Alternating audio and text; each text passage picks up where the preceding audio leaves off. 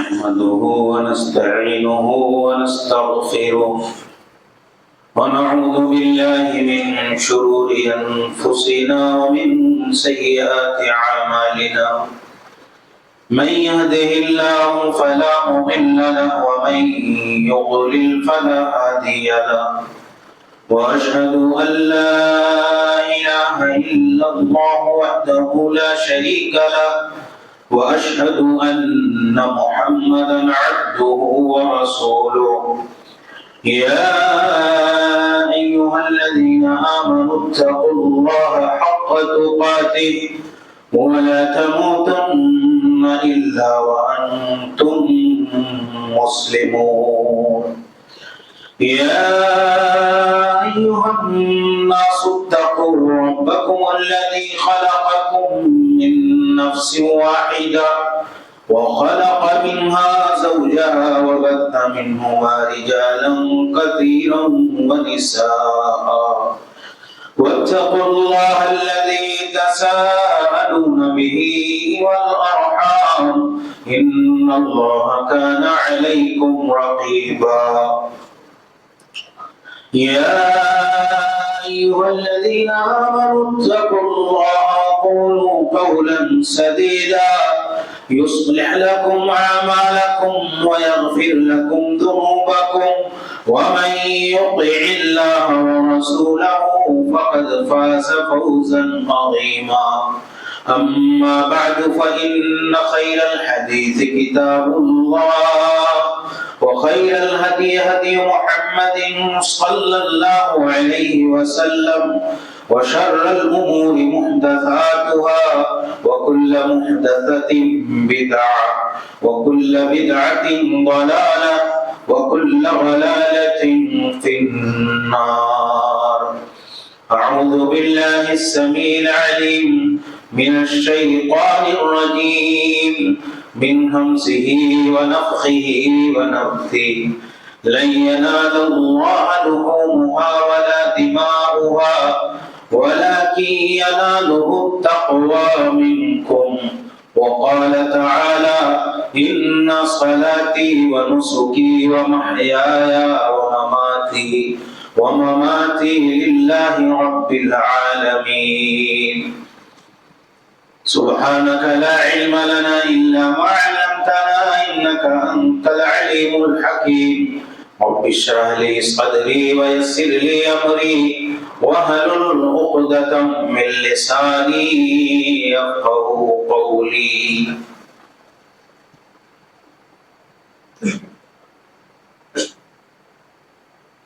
تمام قسم کی حمد و ثنا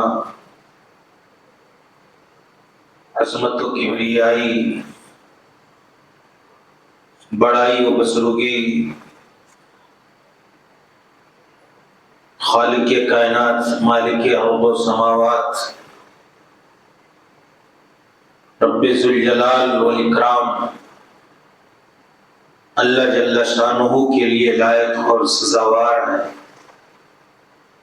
جو ہمارا آپ کا ساری انسانیت کا تمام مخلوقات عالم کا تن تنہا خالق مالک رازق پالنہار اور پروردگار ہے۔ بعدہ درود و سلام نازل ہو تمام انبیاء کرام اور رسل اعظام پر، بالخصوص نبیوں اور رسولوں کے سردار اور سرتاج نبی آخر الزمان، نبی محترم، رسول معظم، ہادی اعظم، رحمت مجسم جناب محمد عربی صلی اللہ علیہ وسلم پر، آپ کے آل و اصحاب پر اور ان تمام لوگوں پر جنہوں نے آپ کے دین، آپ کے راستے، طریقے اور لائی ہوئی شریعت کی پیروی کی، سب پر اللہ کی رحمتیں، برکتیں، سعادتیں اور سلامتی نازل ہو، آمین۔ اسلامی بھائیوں،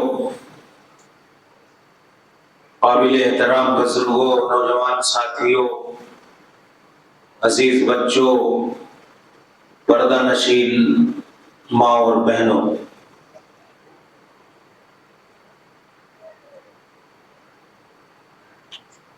اللہ کے فضل و احسان سے اللہ رب العالمین کی توفیق سے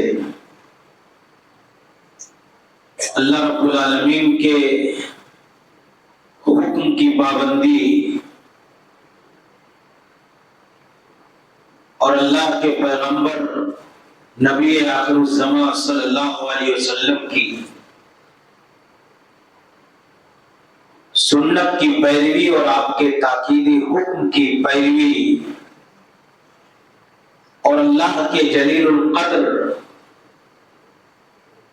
پیغمبر اللہ کے خلیل ابراہیم خلیل اللہ کی سنت کی پیروی اور آپ کی اتباع میں ہم نے آپ نے سارے مسلمانان عالم نے جانوروں کی شکل میں رب کی خوشنودی کے لیے قربت الہی کے حصول کے لیے اللہ رب العالمین کی رضا جوئی کے لیے قربانیاں پیش کی ہیں۔ بلا شبہ قربانی ایک عظیم عبادت ہے اور رسول اکرم صلی اللہ علیہ وسلم نے اس سنت پر پابندی کے ساتھ عمل کیا، آپ کے صحابہ نے عمل کیا، اور یہ قربانی کی عبادت صرف اس امت محمدیہ کے اندر نہیں ہے، یہ قربانی کی عبادت بڑی قدیم عبادت ہے، اتنا ہی قدیم عبادت ہے جتنی ہی قدیم انسان کی تاریخ ہے، جتنی انسانیت اور آدمیت کی تاریخ قدیم ہے اتنا ہی اس قربانی جیسی عظیم عبادت کی الگ الگ قوموں میں اس کی شکلیں، نوعیتیں، قربانی کرنے کا طریقہ، قربانی کی قبولیت کا طریقہ، قربانی پیش کرنے کا انداز یہ الگ رہا، لیکن اللہ تعالیٰ نے قربانی کی کوئی نہ کوئی شکل ہر قوم کے اندر رکھا تھا۔ وَلِكُلِّ أُمَّةٍ جَعَلْنَا مَنْسَكًا لِيَذْكُرُوا اسْمَ اللَّهِ عَلَىٰ مَا رَزَقَهُم مِّن بَهِيمَةِ الْأَنْعَامِ۔ اللہ تعالیٰ نے سورہ حج میں فرمایا کہ ہم نے ہر امت، ہر قوم، ہر ملت کے اندر کسی نہ کسی شکل میں لِكُلِّ أُمَّةٍ جَعَلْنَا مَنْسَكًا قربانی کی کوئی نہ کوئی شکل رکھی ہوئی تھی، اور یہ قربانیاں وہ کرتے چلے آ رہے تھے۔ اللہ تعالیٰ کی طرف سے متعین کردہ جو جانور تھے بہیمۃ الانعام تھے، اللہ کا نام لے کر کے انہیں ذبح کرتے تھے۔ آپ دیکھیں کہ یہ کتنی قدیم عبادت ہے۔ حضرت آدم علیہ السلام جو ابو البشر ہیں، ان کے دونوں بیٹے جن کا ذکر تو قرآن کریم میں اللہ تعالیٰ نے نہیں کیا، حابیل اور قابیل کا ذکر کیا ہے سورۃ المائدہ میں۔ اللہ تعالیٰ نے کیا کہا وہ حابیل اور قابیل آدم علیہ السلام کے دونوں بیٹوں نے قربانی پیش کی تھی۔ جتنی قدیم عبادت ہے یہ قربانی کی، اور وہ چلتے ہوئے آج تک امت محمدیہ تک اس کا تسلسل باقی ہے۔ شکلیں الگ الگ تھی، تو اللہ تعالیٰ نے نبی کائنات صلی اللہ علیہ وسلم کو مخاطب کر کے کہا وَاتْلُ عَلَيْهِمْ سورۃ المائدہ میں وَاتْلُ عَلَيْهِمْ نَبَأَ ابْنَيْ آدَمَ بِالْحَقِّ إِذْ قَرَّبَا قُرْبَانًا فَتُقُبِّلَ مِنْ أَحَدِهِمَا وَلَمْ يَتَقَبَّلْ مِنَ الْآخَرِ۔ آپ ان لوگوں کو حق اور سچائی کے ساتھ نبأ ابنی آدم، آدم علیہ السلام کے دونوں بیٹوں کا قصہ، آدم علیہ السلام کے دونوں بیٹوں کی کہانی اور ان کا واقعہ پڑھ کر کے، سنا کر کے بتا دیجئے اور سچائی کے ساتھ بیان کیجئے۔ اِذْ قَرَّبَ قُرْبَانًا، جب دونوں نے رب کی بارگاہ میں اپنی اپنی قربانیاں پیش کی، فَتُقُبِّلَ مِنْ أَحَدِهِمَا، تو ان میں سے ایک کی قربانی قبول کر لی گئی، وَلَمْ يُتَقَبَّلْ مِنَ الْآخَرِ، اور دوسرے کی قربانی قبول نہیں کی گئی، ریجیکٹ کر دی گئی۔ اللہ تعالیٰ نے اس کی قربانی کو مردود قرار دیا اور دھتکار دیا اللہ تعالیٰ نے۔ تو یہ اللہ تعالیٰ نے یہاں جو ذکر کرنے کا مقصد ہے کہ یہ قربانی کی عبادت میں بھائیوں یہ بڑی قدیم ترین عبادت ہے۔ یہ اللہ رب العالمین نے کسی نہ کسی شکل میں بنی نوع انسان اور ساری امتوں اور ملتوں کے لیے اس کو مشروع کر کے رکھا. آدم علیہ السلام سے لے کر کے آج تک اس قربانی کی تاریخ کا تسلسل پایا جاتا ہے. اور یہاں اس آیت کریمہ میں اللہ تعالیٰ نے یہ بھی بات بیان فرمائی کہ سب کی قربانیاں قبول نہیں ہوتی ہے.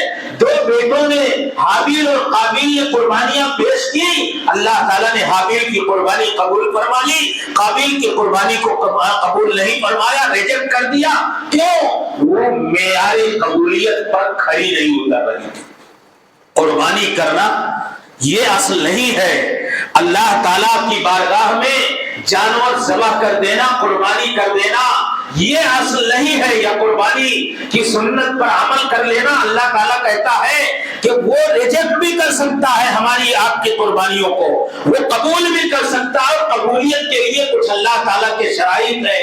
اللہ کے لیے ہو, اللہ کی رضا کے لیے ہو, اللہ کی خوشنودی کے لیے ہو, دکھاوے سے, نمود سے, ریا سے, ان ساری چیزوں سے پاک اور بری ہو. یہ اللہ تعالیٰ اور قرآن کریم میں اللہ تعالیٰ نے کہا بھی انما یتقبل اللہ من المتقین, انما یتقبل اللہ من المتقین. اللہ تعالیٰ اعمال کو, عبادات کو, نیکیوں کو, یہ ساری چیزیں اللہ تعالیٰ اپنے پرہیزگار, نیکوکار, تقوی شعار اور اللہ کے خوف و ڈر سے اپنے سینے کو معمور اور آباد کرنے والے لوگوں کی اللہ تعالیٰ قربانیاں قبول کرتا ہے. ورنہ عام شکل میں کی گئی قربانیاں جہاں اللہ کا تقوی نہ ہو, اللہ کا خوف نہ ہو, اللہ کی خشیت نہ ہو, اللہ کی رضا طلبی نہ ہو, اخلاص نہ ہو, للہیت نہ ہو اور نمود اور دکھاوا ہو, ہاں یہ اللہ تعالیٰ کو یہ قربانیاں قابل قبول نہیں ہے. تو میرے بھائیو یہ بڑی عظیم عبادت ہے, بڑی قدیم عبادت ہے, عظیم اس حیثیت سے کہ آپ قرآن کریم میں دیکھیں گے کہ اللہ تعالیٰ نے نماز کے ساتھ ساتھ اس قربانی کی عبادت کا تذکرہ کیا ہے. کیا کہا؟ اِنَّا أَعْطَيْنَاكَ الْكَوْثَرَ فَصَلِّ لِرَبِّكَ وَانْحَرْ. نماز کے بعد اللہ تعالیٰ نے قربانی کا تذکرہ کیا. سورۃ الانعام میں اللہ نے کہا اِنَّ صَلَاتِي وَنُسُكِي, نماز کے بعد قربانی کا تذکرہ کیا. ہم نے قربانیاں رب کی بارگاہ میں جانور کی شکل میں پیش کر دی. کس کی سنت؟ رسول اکرم صلی اللہ علیہ وسلم کی سنت. کس کی سنت؟ ابراہیم خلیل اللہ کی سنت. وہ کیا تھی جو اللہ تعالیٰ کے اس بندے جلیل نے اللہ رب العالمین کی بارگاہ میں قربان کر دیا تھا؟ اس کا پیغام کیا ہے, سبق کیا ہے؟ یہ قربانیاں ہمیں کس لیے آتی؟ ہم جانور کی گردن پر چھری تو چلا دیتے ہیں لیکن ہمیں اس کا اصل مقصد اور پیغام حاصل نہیں ہو پاتا. آپ سب سے پہلے غور کیجئے کہ اللہ تعالیٰ یہ جو جانور ہم ذبح کرتے ہیں اللہ کو کیا مطلوب ہے, اللہ کو کیا مقصود ہے؟ اس جانور کے ذبح کرنے کی غرض و غایت اور اس کا فلسفہ کیا ہے؟ کیا اس جانور کا خون, کیا اس جانور کا گوشت, کیا اس جانور کا چمڑا, کیا اس جانور کی کلیجیاں, کیا اس جانور کے گوشت کی بوٹیاں اور ان کے سارے ذائقے دار کھانے, اس کا کچھ اللہ رب العالمین کو پہنچتا ہے؟ قطعاً نہیں. قرآن کریم میں اللہ یہ فلسفہ اللہ تعالیٰ نے ذکر کیا ہے, غرض و غایت ذکر کی ہے. غور کریں اور سوچیں اپنے نفس کے اندر, اپنے دل کے اندر کہ آیا جانوروں کی گردنوں پر چھریاں چلاتے ہوئے یہ اللہ نے جو اتنی بڑی تعداد میں مسلمان پوری دنیا کے گائے کی شکل میں, بھیڑ کی شکل میں, دمبوں کی شکل میں, اونٹ کی شکل میں, بکری اور بکریوں کی شکل میں, یہ اتنی بڑی مالیت کے ساتھ انہوں نے جانوروں کی قربانیاں پیش کی اور اسلام کے عظیم شعائر میں سے ایک عظیم شعار کا اعلان اور اظہار کیا. تو یہ حاصل کیا ہوا؟